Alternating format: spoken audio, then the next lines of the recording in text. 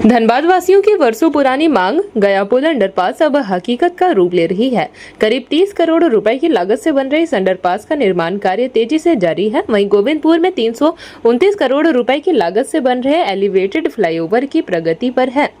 सांसद डुलू महतो ने उम्मीद जताई है कि दोनों परियोजनाएं क्षेत्र के विकास में मील का पत्थर साबित होगी। देखिए यह खास रिपोर्ट। धनबाद के गया पुल में बन रहा नया अंडरपास शहर की सबसे बहुप्रतीक्षित परियोजनाओं में से एक है। लंबे समय से जाम और आवागमन की परेशानी झेल रहे लोगों को इस अंडरपास से बड़ी राहत मिलने की उम्मीद है। करीब 30 करोड़ रुपए की लागत से तैयार हो रहे इस अंडरपास का निर्माण कार्य लगातार जारी है और निर्धारित समय सीमा 31 दिसंबर 2026 रखी गई है। हालांकि सांसद डुलू महतो का दावा है कि निर्माण कार्य तय समय से पहले पूरा कर इसी वर्ष के अंत तक इसे आम जनता को समर्पित कर दिया जाएगा।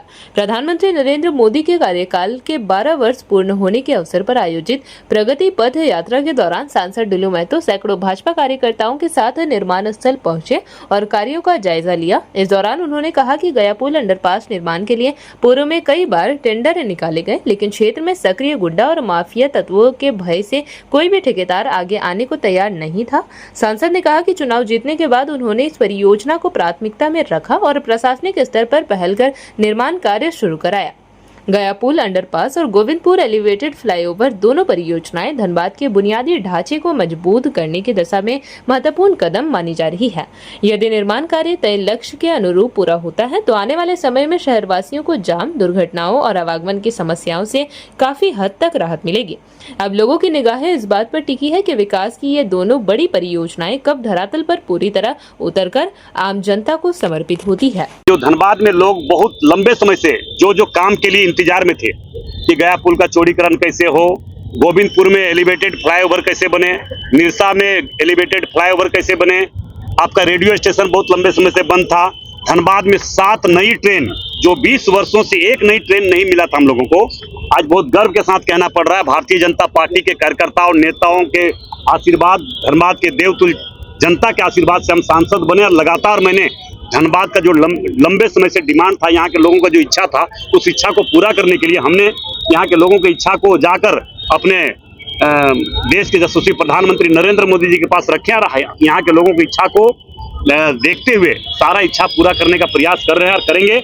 और एक बात मैं बता देना चाहूँगा, भारतीय जनता पार्टी के कार्यकर्ता हो या नेता हो या सरकार हो, जिस जगह में, जिस क्षेत्र में, जिस राज्य में है, जिस देश में है, इस देश में वहां पे आप देखिए सिर्फ विकास का बात होता है, विकास का काम ही नजर आएगा। हम लोग कोई भी जहां पे आप देख लीजिए गैर बीजेपी सरकार जहां पे जिस स्टेट में है वहां का स्थिति देख लीजिए, जहां पे हम अभी बोल रहे हैं इस राज्य का स्थिति क्या है, किससे छुपा हुआ, सो बताइए। एक भी राज्य सरकार का बड़ा योजना एक भी दिखा दीजिए। जो कॉन्ट्रैक्टर काम कर रहा है लगातार पूरा जोरों शोरों से काम कर रहा है, हमें लगता है कि हो जाना चाहिए। अगर एक्सटेंशन मिले, अगर दिक्कत 10 दिन 20 दिन अगर लेट भी हो जाए तो कोई दिक्कत नहीं है, मगर काम होना चाहिए और मजबूती के साथ काम होना चाहिए। और मजबूती के साथ इसलिए काम होना चाहिए कि हमारे देश के यशस्वी प्रधानमंत्री नरेंद्र मोदी जी मजबूत है। आज मजबूती के कारण आज पूरा देश विकसित दिशा में हम लोग आगे बढ़ रहे हैं। हमारे देश 2047 में विकसित भारत के नाम से पूरे विश्व में जाना जाएगा और मुझे पूरा विश्वास है, खास करके हमारे 12 वर्षों के कार्यकाल में हमारे देश के यशस्वी प्रधानमंत्री नरेंद्र मोदी जी के नेतृत्व में पूरे भारत विकास के क्षेत्र में बहुत आगे बढ़ रहा है। और खास करके हमारे धनबाद लोकसभा क्षेत्र में जिस प्रकार से उनके नेतृत्व में जो विकास हो रहा है, काम हो रहा है, ये आप लोग देख रहे हैं।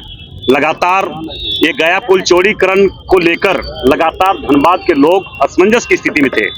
कई बार टेंडर हुआ मगर गुंडा माफियाओं के डर से लोग यहाँ टेंडर में पार्टिसिपेट नहीं किए, मगर हम लोगों ने जाकर अपने इस क्षेत्र के दर्द और भावना को हम लोगों ने देश के यशस्वी प्रधानमंत्री नरेंद्र मोदी जी के पास, अपने गृह मंत्री अमित शाह जी के पास, अपने रेल मंत्री जी के पास हमने रखा और उन्होंने आश्वस्त किया कि डरने की बात नहीं है, मोदी जी है तो कोई भी काम नामुमकिन भी मुमकिन हो सकता है।